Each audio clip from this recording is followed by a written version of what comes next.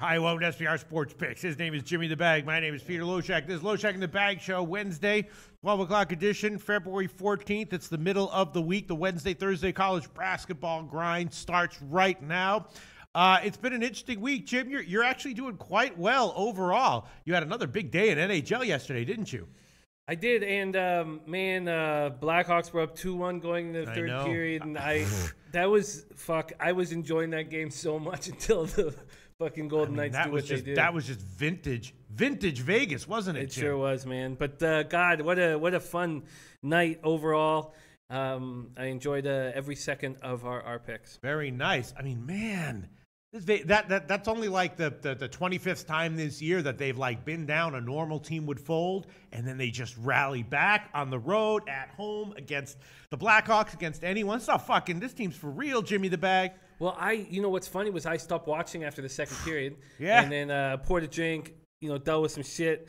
And then I came back and it was 4-2. And I thought there must be am I looking at some sort of mistake here? Fuck, man. Yep, I've been in that situation. That's how you know you're dealing with an elite team. I've been in that situation, like when the Spurs were great, and and I faded them, and they were like down 6, and I had the other team like plus 8.5, and I was like, all right, I made the right decision here. Come back 15 minutes later, the Spurs are up by 20, and you're like, oh shit, the cover's score must be wrong here. And then you find out it's correct, and you're like, God damn, that's an elite team right there. But we knew the right time to fade the Spurs. Yeah. Except, unfortunately, I added the half onto it. Jesus.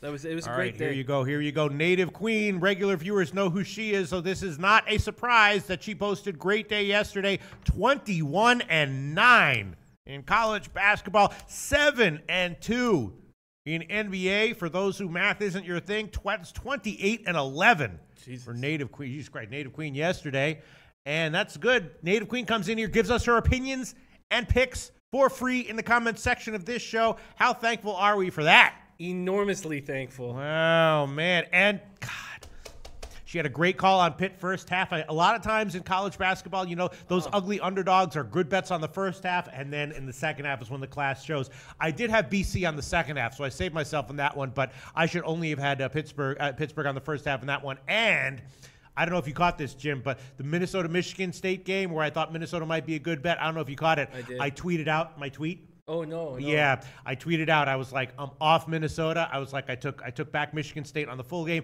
and the first half, and I threw on the under, which did cash. So, I wound up having a good read on that game, but it only came 45 minutes before tip-off. So I had to tweet it out, and, that's the way this stuff goes. If Jim or I change our opinions, we want to add stuff, we are going to tweet them out. And so I wound up doing well with that game. I had the under and the first half under, but in the show I gave Minnesota, and then in the tweets I took it back and gave Michigan State. Man, they demolished the Gophers, so that was a great play. I felt like I left a little bit of money on the table yesterday with Nebraska and Missouri. Mm-hmm. Those were plays I wanted to make all day, and just gun shy after struggling in NCAA, didn't pull the trigger, and upsetting. But I slept last night. Very nice, Jimmy the Bag. Bag. Not for long, but I did sleep, which is rare. And I'm excited. I think that we, as a team, with the chat, everyone working together, are very successful, and I'm loving it. Yeah. Here you go. People did see the tweet. David Stewart says, that tweet cashed for me, Loshak. Nice. Fuck yeah. And Justin Searcy says, I saw Pete change that, and I laughed a little, LOL, because Justin Searcy, of course, was commenting yesterday the entire show, saying that this is a real Michigan State, and when I looked into it, Minnesota was just outclassed, and I was like, Minnesota's probably going to be in this one for the first 6 minutes or 8 minutes, but when you give a team like Michigan State 40 minutes, they're gonna roll, and I had a good right to. Wow. And Bill Butlicker says, all bullshit aside, my bankroll has never been as high as this. I've been watching this show. Absolutely. Boy. And what this show is about, yes, it's about Jim, and it's about our jokes and our entertainment, our analysis, but it is mostly, from the pick side of things, about the community. You know what I'm saying? Absolutely. You know what I'm saying? Like, if we went head to head with most of these commenters, we would get crushed, Jimmy the Bag. You know what I'm saying? They're some stalwart cappers that we have the pleasure of working with each day. Who is that motherfucker that you said tweets you college basketball picks, 18-4, whatever, over his last 22 picks, and that guy said take Central Michigan yesterday. I was on Northern Illinois. That was the wrong side. Who the fuck is that guy, Jim? That is a Nostra Tota. He went 2-0 again last night. He had South Carolina. Oh, and man, he did? Here were South Carolina and Central Michigan. I had Tennessee. Instead of just following him blindly, which I probably should do, I just got off of Northern Illinois because that was going to be one of my plays until Nostra Tota out of Montreal, Canada. Man. Sharp as fuck. Can't wait to get his tweet. Is that guy? Like, do you know who he is? Is he like a professional gambler? Is he like, is he going to send you the picks forever? Like, who is he? Who is he? I don't know. I'm going to be very nice to him. Yeah. And if I'm ever in Montreal, I'm going to take him out for fucking drinks. Yeah. He's from Montreal, too? Montreal, Canada, oh, my God. I'm just, that is a great, oh, God, that is a great town. God, I'm so freaking jealous of him. But follow, anyone want to follow him, it's at Nostra Tota. Mm-hmm. Man, and at Nostra Tota said that Central Michigan was the play yesterday. I mean, I didn't think Northern Illinois was necessarily a great play. I just thought my numbers said that was the side, and I fucking did it, and I lost. All right, so overall, my record is not looking so great. Jim's record is looking quite impressive, but overall the show is doing well with all the information that we aggregate here. Let's just look at some of the things yesterday. Yeah, again, Jim gave him a ton of big money lines in NHL, and of course, when those money lines go 5-5 or even like 6-4, Jim's looking at a huge day, and that's pretty much what happened yesterday. Loser with the Philly puck line, loser with the Minnesota puck line, but Pittsburgh puck line, Carolina puck line, Boston puck line, win it, and then went 2-3. Two of his three totals cash. Threw on Winnipeg on the over, Tampa Bay Buffalo on the over. Pretty much the only losses you had yesterday were the losses where you were on the same side as me, right? Well, I pushed you towards the Blackhawks. I thought that was a great spot, and I don't mind losing there. Although I do again feel like we're talking about what great cappers we get to work with. Brent Brooks. Killing it in hockey right now. Just looked at his numbers. I believe he's hitting 69% or something in the last little bit. And he was on the fucking Sabres. No way. He was on the Sabres. A big respect to that. I wish I had pulled the trigger. I felt that.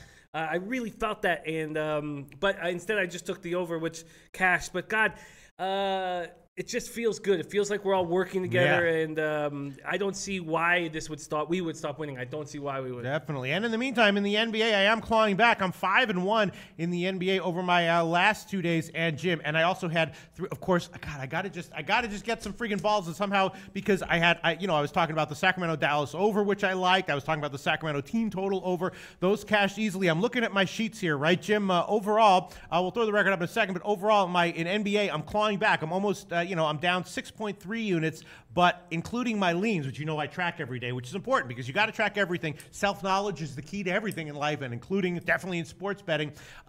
Including my leans, my sheet is up 18 units, which means that my leans overall are up 24 units in NBA. Wow. I mean, that's a sign that you're going to start moving up in units if you just trust your gut, which so many guys in our chat continually tell you because they believe in you so much. And it's also a sign that I have 0 balls. No, it's not a sign. That is what that's a sign of. No. It's a sign that I had all these leans, and I'm like, well, I'm leaning that way, but I don't have the balls to give it as a pick, and they win. Unreal. Al Mack is coming to our chat right now, and since he started working at the ACC, the Raptors and Leafs have not lost. And man, he sent me. I was like, so what do you think of the Raptors? Because I'm very curious this Raptors Bulls game. What do you think of this Leafs Jackets game? I'm very interested. And he wrote back expert level, just fucking essays back to me on what he thinks about the two. It'll take me a few minutes to read, and I'd like to read some of his once we get to those games. But absolutely fucking essays back to me, expert level capping, and that's the reason why we're succeeding. We got to start a seperate little site or something where we can publish all this shit. You know what I'm saying? And also where I can perform some of my song parodies, which just come into my head. I wrote a song parody. I don't try at all. They just come into my head. You know the John Travolta song from the 70s, Let Her In? I'm gonna let her in, ooh, ooh. You know that song? John Travolta from the 70s? Probably if I heard it. I wrote about Carrie letting in called I'm Gonna Let Him In. Nice. It's really nice. I'm gonna. All right. So anyway, yeah, we got to start a separate little site there. I can't stop singing that song, the John Travolta song parody. All right. So, and one other thing I do want to highlight from yesterday, the St. Bonaventure line looked fishy. It was like St. Bonaventure should be a much bigger favorite here. Then they were -2. They were down to -1, and that's sort of a classic spot where you're thinking, I must not be seeing something. The sharps are on LaSalle for a reason. But again, I did have the balls to take St. Bonaventure there, and of course, St. Bonaventure rolled first half, second half. So it's not always the case, especially at this time of year when these small road favorites that look like they should be bigger road favorites, and then the line even gets bet down a little bit more, are traps. Yeah, absolutely. And that was a mistake I made. I got too caught up into the line movement because I came in that day knowing that both Twatty and Maxwell Smart were on St. Bonnie's, and it caught me off the game, which is a mistake. Yeah. Underdog says public Loshak's leans. Underdog, they're not secret. I talk about my leans. They just don't count as official picks because in the show, as you can see, I'm sure it'll happen today, I just display a lack of balls and don't make them quote-unquote official because just like betting, a bet doesn't count unless you press confirm, right? So that's what we're trying to, simulate in this show, and so we track official picks, and then I track my leans for lots of other reasons because you always want to. I mean, even with my betting, I track my bet size, I track everything, and so I track my leans, and for my entire. And I've told you, did I tell you this the first time I ever was talking with you about it? Like in my entire sports betting career, like my top plays are sometimes 50-50, sometimes a little bit negative, sometimes positive, but it's my second level plays, my second tier plays that have always been much better. Way better. And what? Yeah. How do you explain that? I think I can explain it. And here, people think we're wasting time, but we're not. We're talking about sports betting theory here. I think what the answer is that my top level plays are simply situations where my numbers or my analysis is seeing a big edge, and the reason that the line is so off from what I think it should be is because there's a factor that I'm not aware of, and I'm on the wrong side of that factor. You see what I'm saying? Yeah. Whereas with the second level plays, the lines are closer to where I should be, which means that the edges that I think I'm seeing are probably more legitimate. You know what I'm saying? Yeah, I do. So it's like for instance, if let's say there's some basketball game and you think a team should be like, -9, you know what I mean? And they're only -2. At first glance, you're going to see that and be like, wow, I'm going to take a -2. That's a top level play. But there's a reason why the line is -2, and if you don't know why that is, it's probably a reason that is very important, and if you don't know about it, you're on the wrong side of it. You know what I'm saying? That's how sports betting works, Jim. Yeah, no, that's a very interesting analysis. Yeah, I like it. I really like it. So let's go on. Let's move on. We've not wasted a lot of time. That was very important, but the problem is that Wednesday is a massive. Carlos is still in the car. Yeah. All right, so let's start with college basketball.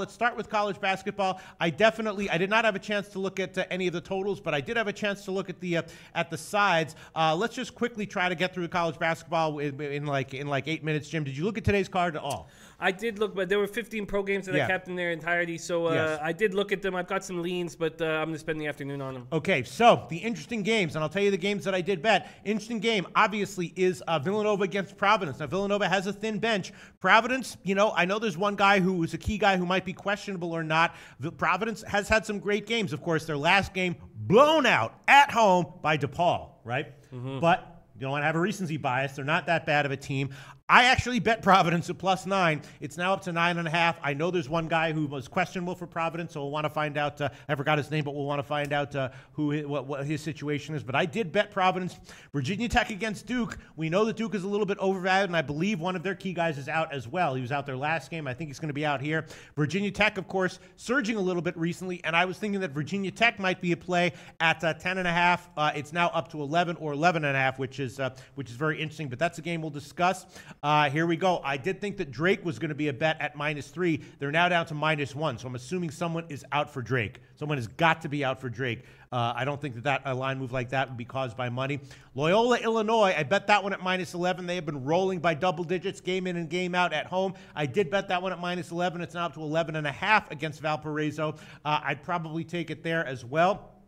Other games that are interesting, Memphis against SMU. I did bet Memphis at +7.5. They're not a good team, but we know SMU has a lot of injuries. They have only like 6 or 7 scholarship players going, and they might have a tough time winning by a margin here. So I bet that one at 7.5. It's now down to 7. I would lean that way for sure. Xavier Seton Hall is obviously an interesting game. I have no opinion on that one. And Kentucky Auburn, very interesting. Are you looking for? Yeah. So with Duke, it's Bagley. It's still questionable, but with Drake, there's nothing. That's weird because there's a big line move in favor of Indiana State, and I don't quite understand that. I was liking Drake minus the points in that one, as well as Southern Illinois. Let me see what happened with that one. That one's actually now up against Missouri State to 3.5. And once again, the Kentucky-Auburn game is very interesting, Jimmy the Bag. Kentucky, obviously, we see this all the time with Kentucky, highly touted freshmen. They're overvalued. They underachieve. This might be a spot. I was thinking maybe Kentucky might be the play here. I think Auburn has someone who's injured or out. One of their guards is out, right? Well, and Providence has got Jalen Lindsey. He's out? Questionable. Right. Concussion, right? Yeah. And then, sorry, who did you say? Oh, Auburn. One guy for Auburn is either out or questionable. Of course, Auburn. Bryce Brown. And he's out, right? Very important piece. Just questionable at this point. But, we know what Auburn does, right? They have a lack of height, but their guards just have been getting it done despite that. Now Kentucky comes in. They're getting big points. Obviously, there's a lot of freshmen there. A lot of times, there's another thing you want to think about. A lot of times, these teams loaded up with freshmen are especially highly touted freshmen with talent, overvalued at the beginning of the year, but sometimes, not always, but sometimes at the end of the year is when things start to pick it up a little bit, right? That is an excellent point. Yeah, that might be happening here with Kentucky. Kentucky's getting big points here against Auburn. You know what? I just talked myself into it. I'm going to throw that one on there right now, even though the slide might get bet up even more. I'm going to take Kentucky right now at plus 9.5, minus 106 is the best line right now at Pinnacle. I'm going to throw that one on there. I will admit that I bet it at 8.5, and the line moved against me, but I will throw that one on there. I'll make that one an official play right now. And you know what? I will also, just for the hell of it, throw on Memphis as well, plus 7, minus 115. That's the current line at the Greek. Pinnacle has 7, minus 121. And is the Memphis play based on how beaten up and sick and fucked up this SMU team is right now? They just have they have like 6 scholarship players, and they're given decent points, Mm-hmm. I mean, Memphis is not a good team either. But Memphis is the kind of team that I feel like they'll disappear when they're a favorite, and then sometimes show up. Why? You think that's a mistake that the rest of us? No, not at all. I was wondering if there was anything else going on with that. Melee Payless weighs on Memphis. Yeah. Searcy's mentioning that Memphis is without their top scorer. Yes, they are too. I know. Martin as well. Joe D says take Memphis in the points. I like where you are right now. So you're Memphis, Kentucky. And I'm also going to throw on Southern Illinois. I bet that one at 3. It's not to 3.5 in some places, but it's a split line. And UH still has minus 3, minus 110. So we'll use that one. Greek has minus 115. Bet Online 117. So I'll take Southern Illinois minus 3, minus 110. That's definitely going to be a pick there. Also, Youngstown State, once again, in the position of a home dog. I bet that one as well at 6.5. That is now down to 5. Oakland's a good team, though. And another game that I bet was George Mason at home against Dayton. George Mason, a bad team, but I'm not totally convinced they should be that big of a dog here. And I will throw that one on there as well. George Mason plus 5.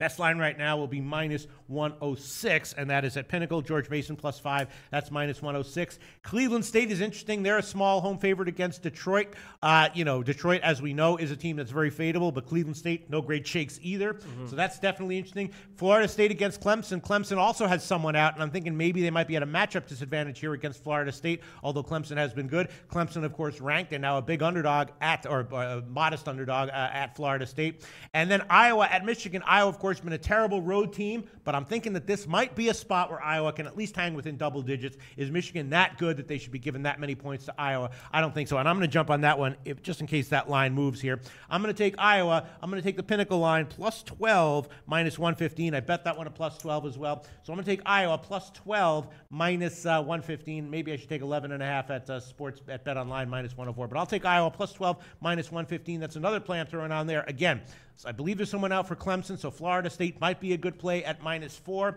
Cleveland State, interesting to take them as just a small favorite over Detroit at minus 3. George Mason, I'm on. Fordham has suddenly turned a corner a little bit, and they're suddenly a big underdog against St. Joe's. Fordham might be a sneaky good play, although the line has moved in St. Joe's favor.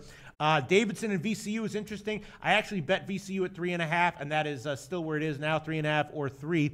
That's an interesting game. Davidson's a good team, but VCU, not totally sure they should be a home dog here. Youngstown State, I did bet that one at 6.5. It's now down to 5. The Providence game, very interesting. I'm thinking Providence might be the play there.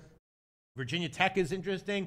Drake. I have no idea why this line has moved in Indiana State's favor, but I respect that line movement. And, I'll hold off on that one for now. And Loyola, Illinois, I bet them at -11 over Valparaiso. Maybe I'll take 11.5 here. We'll see where that line moves. Other games that are interesting, St. John's DePaul, very interesting. St. John's, of course, had some high-profile wins, they beat Villanova outright on the road, and now they're just giving 1 point to DePaul.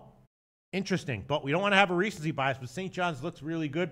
Syracuse, NC State, obviously an interesting game, and I guess that's about it. Any comments coming in, Jim? Very interesting comments coming in, absolutely, and I really like where you're at right now. Really like it, and so much so that I would almost just, without even fully capping these games, follow a couple of these. No, moves, don't do which that. I'm not. Don't do that. But I really do. The one play I knew that you were going to be on, and I'm going, and I don't even think you've made it official yet. Is the Cleveland State? I knew that you were going to like Youngstown State. Yes, I really like George Mason in this spot as well. I'm looking forward to cap this card. Justin Searcy still believes in SMU despite the situation. Says SMU still wins this game probably by 10. Big L Corleone says Nevada's lost 2 of the last 5 in disappointing losses. Martin Twins will look to bounce back with huge games against Nevada's biggest rival besides UNLV. Nevada +2 all day. That's an interesting spot. And then let's go up to here. Tolmore says, I think the key to betting against Villanova is when the game is slow and their shooters are out of rhythm. In conference games against teams like Providence, they get the up-tempo style that they like. That's a great, great analysis. Colby says that the flu is apparently going around as well in the St. John's locker room. I don't know if we want to, we've had bad luck with that. How many times have we gotten burned on that? But still, Jim? The more information, the better, and that's all that Colby's trying to do. Vitalis says George Mason loved the +5. I do too. I think that's a really good spot. I think this is an exciting card. Very exciting card. Let's see. Teddy B wants us to cap the PSG Madrid game. Nope. No. Soccer. I would love to be able to handicap soccer and esports. Esports is a big wave of the future. For sure, man. I'm going to look into that once March Madness. Right now, I'm pot committed to March Madness and college basketball. Once that's over, I'm going to start looking into esports. Hopefully, get some a little bit of preparation for soccer and be able to look at that. I would have to put in a couple hundred hours of work before I could even start talking. And it's not that I don't know soccer. I know it's just that you get stuck in certain sports. You focus on them, and it's hard to get out of it. Kobe says Indiana -8.5 is his best bet. Yeah, I mean Illinois is definitely in a world of hurt right now. They've got a bunch of guys who are banged up. So that might be and a lot of times when a team is banged up on the road, even if on paper they're not at a huge disadvantage, if they get down and they're banged up, they just throw the towel in. Joe D has a best bet. Interesting one. He is USF over. Oh, man. Says that's the best play on the card to him. Alonzo Shiver says Oklahoma State win. Very, very interesting.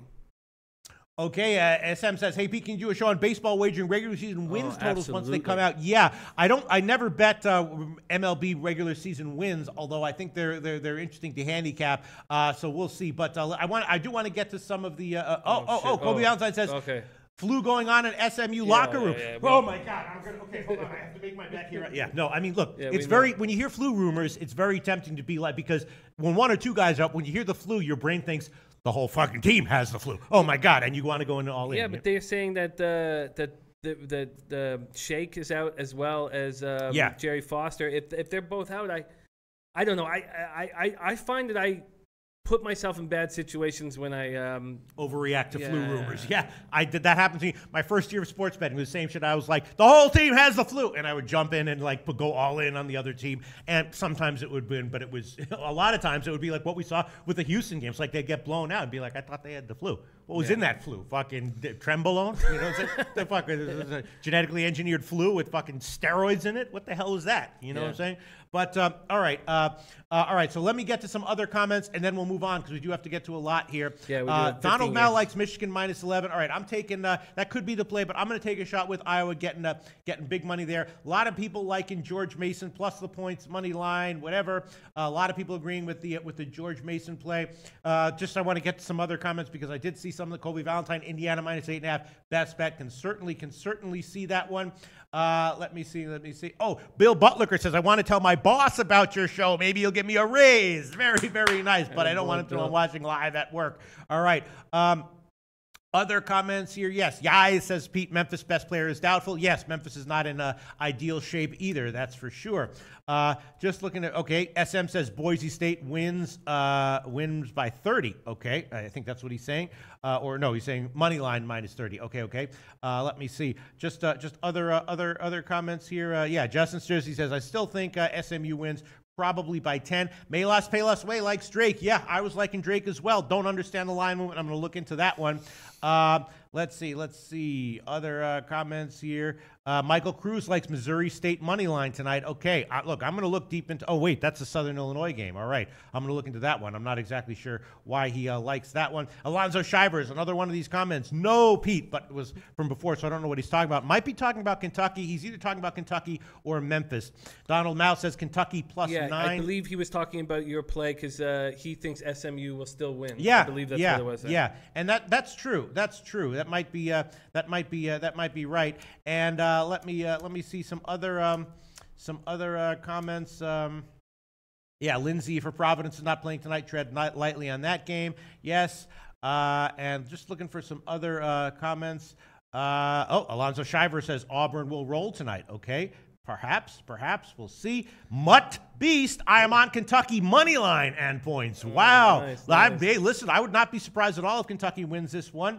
Okay. Tomorino says, I think Kentucky is a kind of young team that lacks leadership. Yes. Will struggle in this kind of game on the road against good guards. Yes. I mean, that's what, experienced quality guards in college basketball are so valuable, and especially when they're at home. You're absolutely right. I don't like taking a young team on the road against a team with veteran guard leadership. That's just a spot I don't like to bet. But one guy might be banged up for Auburn. Kentucky's getting a ton of points. They do have some nice talent. They do have some nice height. So, obviously, I'm thinking that 9.5 might be just a little bit of an overreaction. Let's see. And other comments here for college basketball, and then we will move on. What? Oh, Juanma, yes? Marcus Woods, Loshak in the back. We are watching two of the best in the business. If you want to make major money, this is a must watch. Please keep it up, brothers. Oh, thank you very much, Wadma. Thank you for cluing us into that one. Yes, watching two of the best in the business, I think is true. There's only like 6 or 7 in the business, though, right? But we are two of the best. Absolutely, we are not the best. We are top 4 out of those 6 or 7, I think. Bart Nelson likes Cleveland State -3. Vitala says Villanova is going to smoke Providence. Good luck. Yes, and an interesting game. Tomarino also liking Villanova. All right, so Providence might not be the right side there. Barham Dog Jenkins says Oakland strong play against Youngstown. Yeah, I mean Oakland is good. I bet it at 6.5. I'm not sure what I'm going to do with that one, but it's now down to 5. Mutt Beast. I am on Clemson money line. Okay. Giorgio Migliaccio likes George Mason +5 as well. Oh shit, Jack Mehoff, play of the day. Oakland -5. Yeah, I mean, Youngstown State's still not a good team. That one makes me a little bit nervous. I'm sure you'll look into that game a little bit more, won't you, Jim? Oh, absolutely. Yes, but Jack Mehoff, play of the day, Oakland -5. And, Jake Block says, I love this theory talk. Yes, there is actual theory. A lot of people are like, oh, you're just like fucking gambling addicted degens. No, there's theory to sports betting. It's a predictions market. It's a fucking academic discipline. People write fucking PhD dissertations on predictions markets. You know what I'm saying, Jim? Absolutely. Yes. You're like, what's a dissertation? Don't worry about it. No, I'm kidding around, making that joke. All right, let's see. All right, and I guess, and Giorgio Migliaccio, play of the day, George Mason, all in caps.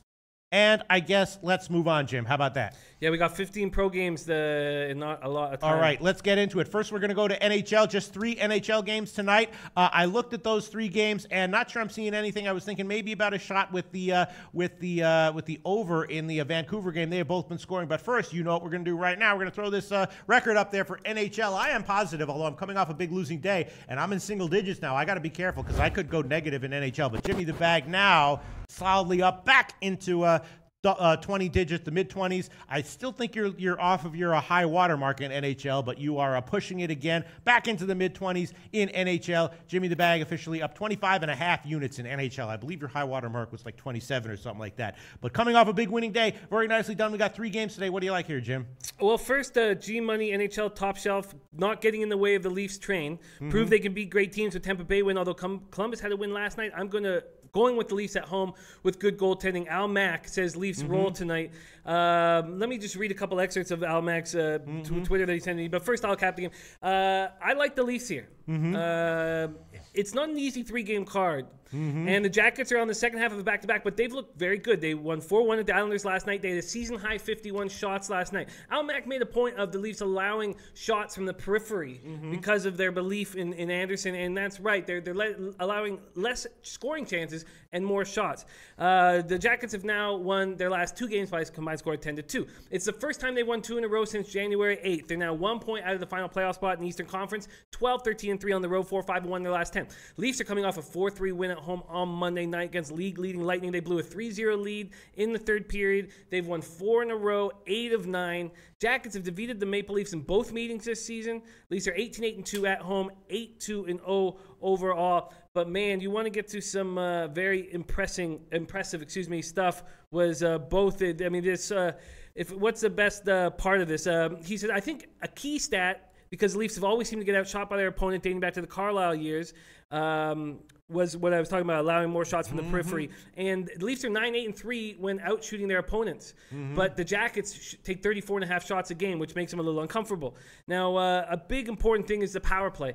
Leafs are 10-2-1 at home when they score on the power play, and Leafs are 15th in the league with 20% power play. Jackets are 27th overall in penalty killing. It's been holding them back all year. I agree. I think this is the key stat in this game is the Leafs power play against the Jackets penalty killing. I am going to jump on the Leafs puck line right now.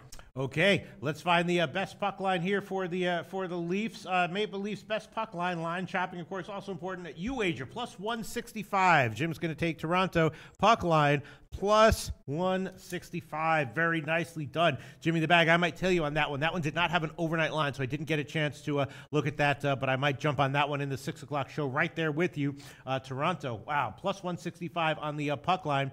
I was also thinking about the over in Florida, Vancouver. First, there was a nice sarcastic comment here that I would like to read. Can I read this one? Sure. Let me find that one. Where the hell was that one? Let me just find that comment here. Okay, I can't find it. All right, Jim, I'll find the comment, and then why don't you tell me what you think about maybe a shot with the over in Florida, Vancouver, 5.5. Both these teams have picked it up offensively, haven't they? Well, I mean, the Canucks are coming off that 6-0 win, but before that, they weren't playing that well offensively. They're dealing with injuries to Granlund, Gagner, and Gaunt. Panthers just defeated the Canucks 3-1 at Sunrise last Tuesday, and this was the play I initially wanted to make was the over. So I guess it helps knowing that that's a play that you like. Panthers coming off a 7-5 win at Edmonton on Monday night.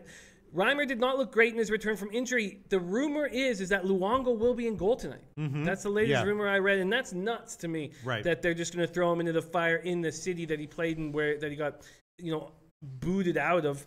But when Luongo returns, the Panthers will be a completely healthy squad.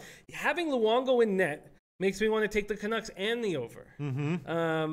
It really does. Just that alone makes me want to do it, and I want to see what kind of lines I get. So, you think he's going to struggle a little bit? I don't see how he can play well. This is too long of a break. Well, yeah. I mean, the other possibility is that we just don't know, and maybe he comes in and he's great. Yeah. No, I don't know. I know Luongo very well. I've watched him so closely his whole career. He's a guy who gets hot. And when he gets hot, and he even said that when he got hurt, he felt as good as he has felt in a long, long time. He's not a guy who just comes in out of nowhere 2.5 months in and plays well. That's not something he does. You know what? I'm going to take both Vancouver and the over here. Okay, here we go. Vancouver over. The over right now is headed down a little bit, I think, because of that news. I bet it at minus 113, I think. It's now down to 5.5. Minus 105 is the best line right now at BetOnline. If you think that's a solid play, I will go on that one with you. Vancouver over 5.5, minus 105. I did bet that one.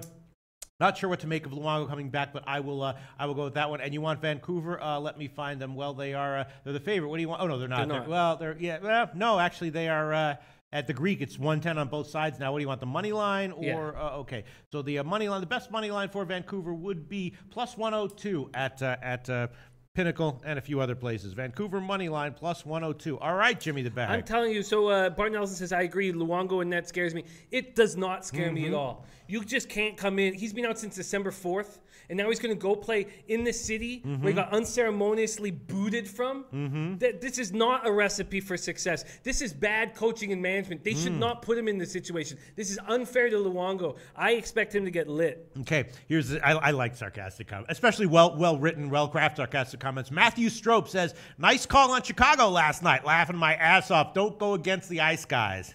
Yeah, very nice. Okay, no, nice call, Jim. Nice call. Hey, they only lost by 3. Nice call, Jim. I wasn't going against the Ice Guys. I was making a play that I thought had a ton of fucking value. Yeah. And you, my friend, can suck my dick. All right? Let's go into the Avalanche Habs game. All right, Avalanche Habs. That one I did look at, and I'm passing. I don't know what to think of it. What do you think, Jim? Habs are a rested group. They haven't played since a 3-2 shootout loss against the Predators where they outshot them 49-32. I spoke about that game. That was an impressive game by the Habs. They also destroyed them in overtime. They outshot them 10-2, but didn't fucking didn't get the winning goal and then lost in a shootout. This is their first game on a 4-game road trip. They're 8-16-1 on the road, 4-5-1 over their last 10. Philip Deneau, Andrew Shaw, Hemsky, Weber are all on the injured reserve. We had thought that Weber might be coming back soon. It looks like he's not. Habs are coming off a 5-4 win at Buffalo on Sunday night. They're 3-5-1 since their 10-game winning streak. Nathan McKinnon will miss his 7th straight game with a shoulder injury. Before their 5-goal outbreak against the Sabres, the Avs had scored just 5 goals in their previous 4 games. They've got injury problems too. Andrighetto, Como, and Barberio. The Avalanche are 19-7-1 at home, but that's with possibly the MVP of the season right now, Nathan McKinnon. So I think this is a spot where the Habs have an advantage. I really do. I really do, but I don't know what kind of what am I? Yeah, it's just not enough. Maybe if some late money goes on the Avs, I would need to get a plus 125 or something to take the Habs. I was really not sure what to make of this game. And just before we move on to NBA, what's your take on Carey Price going forward? You're a believer in him, or you think he's a fade guy? I think that if the Habs have a fire sale and everybody gives up on him, that he'll probably improve.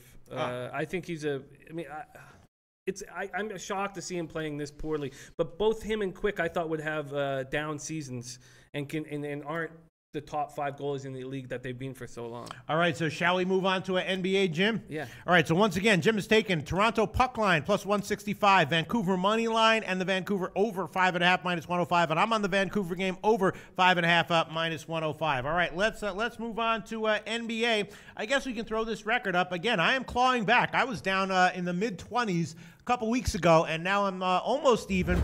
And again, yesterday I had 3 leans. I was like, I like Sacramento team total over. I like the game over. I even like Cleveland first half. Why didn't I give those? I would be down only 3.2 units. But Jim, you are chugging along in NBA, up 14.3 units off of a small winning day yesterday. Sorry, I put you on the shouldn't. I was the one who put you on Denver first half. You should have just been like, no, I'll just stick with my. I thought that was a good play. Yeah, I thought it was a good play. All right, especially the way. Yeah, and it could have easily gone the other way where Denver covered in the first half, and then the Spurs came back and covered the full game. So, but we cashed with Atlanta, and I'm happy to say that my initial play, I had just one play that I really liked in NBA from the start, and that was Sacramento, and that was an easy casher. And then, of course, decided to go on some of these no-brainer plays that have been cashing all season long. Philly, first quarter, first half. Cleveland, first quarter, first half. And look what happened yesterday. Once again, Cleveland, first quarter. Yeah. And is the Sixers first quarter just giving us putting money in our pocket? I don't know, but we may as well start with that game because the Sixers are going tonight. They're at home against Miami. Miami's off of a back-to-back, a pretty decent team. I don't really like to bet against Miami, but they're off a back-to-back. Is this a no-brainer play, Philly early? What do you think? There's some rumors that Embiid may not be playing tonight. Let me see if I can get the very last bit of information here. Questionable ankle injury. So I think that moving forward, while we are supposed to sit back, trust the process, and bet on these Sixers, we can't. We have to wait till 5 o'clock every single time just to ensure that he'll be in the lineup. With the win, the Sixers will sweep their 5-game homestand. They've now won 10 straight at Wells Fargo Center, 17-10 there on the season. They're coming off a beating of this Knicks team that looks awful. McConnell became the first Sixers player to record a triple-double off the bench, just the 25th in league history. He's a very important key cog to this team. And Embiid told reporters after the game that if they get to where they want to go, McConnell will be one of the reasons. Bellinelli will be making his Sixers debut. Heater on the second half of a back-to-back after losing 115-112 in Toronto last night. Dragic put up 28 in the loss. James Johnson had another good game. He's going to be playing a lot at the 4 because of the injury to Olnick. Wade, 11 points, 10 boards. They've now lost 6 of 7. They look very susceptible right now, but Searcy says Embiid is playing. Buck Nasty says 76ers Heat over. Joe D said, yeah, tailed the Philly first quarter. Native Queen tip. Native Queen's been on that and cashing like crazy. Melee Palace Way says Philly first quarter, just do it. Yeah, Yasamo says, even without Embiid, I'm taking the Sixers. I mean, the Sixers have been rolling. They're on a home winning streak where they're just rolling game in and game out, winning and covering every game. And it was only recently the Sixers were a 4.5-point first quarter favorite over the Knicks, won it easily by 10. Native Queen was not at all afraid to lay 4.5 with the Sixers in that spot, and they cashed easily. You know, here in the first quarter, 2.5 or 3. I mean, it feels to me like my first thought, without looking at the numbers, is just that Miami's not that bad of a team. You really want to be giving them 2.5 or 3 points in a 12-minute segment of basketball, but maybe you do. You know what I'm saying? I absolutely agree. I'm going to take a little time with this game. I'm not going to hammer it right now, but I agree. Are they not? I mean, yes, the Heat have not looked good. Yeah. But they looked good in Toronto last night. They only lost by 3, and the Raptors went on this giant run at the end of the third quarter.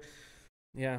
All right. So let's talk about one game that I did bet. I don't know if you think this is the right way to go, but what do you think? Washington and Knicks. Now, obviously, both these teams are in a world of hurt, right? Washington's banged up. The Knicks are not scoring. Washington's kind of better rested. The Knicks may be a train wreck, whatever. I was thinking the under might be a play here. You know what I'm saying? I'm just not seeing that both these teams are getting up for this game in a major way. Whoever wins, whoever loses, I think it's going to be a modest scoring game. What do you think about that, Jim? What is the line that you it's not a huge line. I think it opened at 206. Okay, it's now headed up. It's now up to 208 or 208.5. Maybe this is like the recent Nets game where I liked the under, and the morning show had gotten bet up. By the afternoon show, had gotten bet down and wound up going under. What do you think, Jim?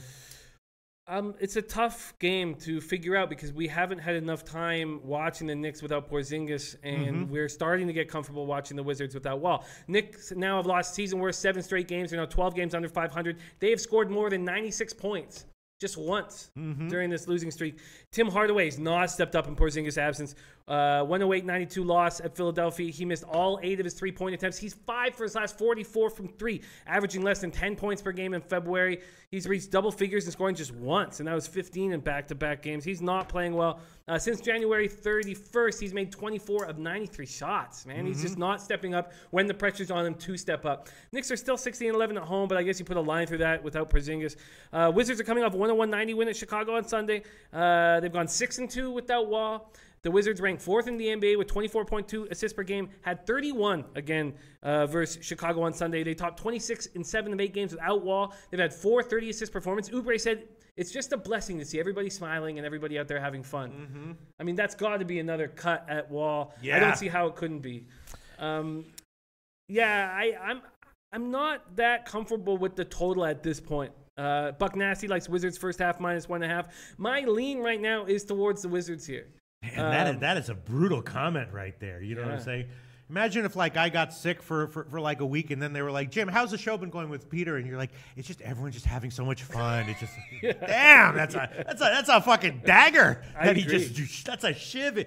Damn, Wall must be steaming. You know what I'm saying? I've heard that he is. He's extremely upset over you know because he's not just the only guy. It's being said everywhere. You know? So I heard he's very, very upset. I like the Wizards here. They're not even giving lip service. They're not even like, well, you know, it's tough with him out, but we're waiting for it. They're just like going for it in the media. Like, we've never been happier in our entire lives. Oh, man. That is, you know, that's when I think about that, I'm like, those are not just idle comments. Those are pointed comments. Those guys aren't idiots. They know what they're doing. They know the comment's going to be out there. Yeah, absolutely. Wow. What do you think, Jim? What do we do with this game? I like the Wizards here, but I don't know I don't know if I'm going to make a move at this point. I've got a bunch of NBA moves right now, and I think I'm just going to kind of keep an eye on the line and make sure. Wow, Miss J says, Tim Hardaway suffering from Giannis sack on your face. I like that. Did she make that up? Yeah, man. Is that original writing there? I Is that so, wow? I've never heard Giannis sack on your face. I like it. That's funny. Miss J, who the hell is that? Miss J's been around now for a little while, and yeah, it's been great. She's hilarious. An asset to our team. That's hilarious. All right, what else do you want to? All right, so what do you think about the under? All right, you know what? I am going to take the under here, just because I bet it. We'll see what happens. I'm not going to take the 208.5 minus 110. I'm going to take the Pinnacle line, which is 208 plus 102. I'll take that one. Knicks under 208 plus 102, and I'll leave it right there at that. All right, let's move on, Jimmy the Bag. I guess let's talk about the Toronto game, right? Because that is interesting. Toronto obviously rolling. They are on a back-to-back. Chicago, what's up with that one? Chicago is obviously in a tailspin here. I was thinking about maybe a play with the under on this one as well. What do you think, Jim? This is a tough spot. Now, I capped this game, wrote notes, and then Al Mack sent me much better notes than I wrote. I'll quickly go over mine, and then I'll touch on Al's. Bulls are hoping to get Chris Dunn back in the lineup tonight. They've gone 3-8 since he went down with a concussion. They've won 2-3, though, since losing 7 straight. They're coming off a 105-101 win over the Magic on Monday night. They held on after nearly blowing an 18-point lead, 13-15 at home. Raptors are on the second half of a back-to-back, 6 straight wins. They're completely healthy, 16-12 on the road. Now, Al Mack had some very, very good insights here. And it was about how bad the Raptors have been on these back-to-backs. They haven't been as good, you know. And I was thinking about taking Chicago here. They've had 8 sets, and this is from Al, who sent me these 8 sets of back-to-backs. Out of those 16 games, they've only been able to sweep the back-to-back twice. The Raps are 3-0 for Chicago this season, 16-12 on the road. But he thinks the key is how many points can the Raptors put up. When the Raptors score 100+, they're 36-9. Chicago hasn't allowed less than 100 points in a game since January 20th. That makes me think over. And that was what I looked at earlier, earlier this morning. That's a big point. Now, the Raptors beaten Chicago 5 straight times dating back to last season. However, against the spread, they're 3-13 versus Chicago. 1-6 in Chicago. And he says it's a stay-away game for me, I think. Okay, here we go. Minus 110, Nostratota. That's the guy, right? Yeah. He says, what's up, Pete in the Bag? Thanks for the kind words. Drinks and freaky Quebec girls on me when you come down to the 514. Keep up the great work, guys. Oh, shit. Let's go to Quebec, Jim. Yes. Oh, shit. I love Canada. I love Canadian broads. Let's do it. Let's do it. Let's take this shit on the road. Loshak in the Bag road show to Canada, Portugal, all the other places where people watch the show. All right, so I think King Rail also said under is my favorite play on the card. I think he might be talking about the Knicks game, which would be nice to see. All right, so you're going to stay away from this because I'm thinking under and I'm thinking Bulls. I'm going to take more time with this Raptors game. I know I'm going to have a lot more time, lots more people talking about the game. So, but my lean on both those games is towards the favorite, and it's kind of a little too simple, so I'm going to take some more time with it. Justin Searcy says over in the play in that game, and Jansen Bonzone says over is a good play. Okay, that's up. And Tomarino Tomer says I like the over as well. The Bulls play up-tempo, and Toronto likes to play fast. I do. I think that is a good spot. What is the line and how's the movement? Well, it's gotten bet up. It was about 217 when it opened, and now it's up to 219. So the line movement is towards the over. All right, let's move on, Jimmy the Bag. Cool. I guess let's get to the one game we have to get to. Don't want to spend too much time on this. I'm sure we could talk about it for like 15 minutes. But Golden State at Portland, right? Golden State rolling at home recently. A ton of high-scoring wins and covers. Now they go on the road. Portland is a pretty solid team. I was thinking maybe a shot with the under, and with Portland, the total has gotten bet down, and the spread has gotten bet down a little bit as well. What do you think, Jim? This is a tricky game. The Warriors just have been beating up on the Blazers for a little while. Warriors are coming off the 46-point win over the Suns. Final game of a 3-0 homestand. They shot 55.3 from the field, 45% from three-point line, averaged 124 points. They're playing great. They lead the NBA in scoring, field goal percentage, three-point percentage, free throw percentage, assists, blocks. Warriors have beaten the Blazers 3 times this year and 7 straight overall. Blazers are coming off a 115-96 home loss. It was ugly. They looked bad. They lost badly to the Jazz. They've lost 4 of 6. Lillard is playing very well. 89 points over his last 2 games, but again, he's not distributing the ball. And they're 16-11 at home. Searcy says Portland is going to get embarrassed. Jeremy M says Golden State rolls. Yes. Look at this. Brian Manning says, sorry, I didn't mean to. No problem.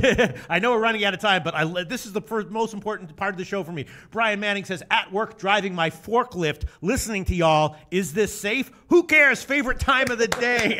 Oh, yes, Brian Manning. I love shit like that. I live for shit like that. I show it to my friends. All right, so what do you want to do here? You want to pass on this game? Well, I'm going to continue looking at it. I've got plays that I like on this card, and this is not one of them. Man, here you go. Why Samo says Golden State on the over, which I can understand.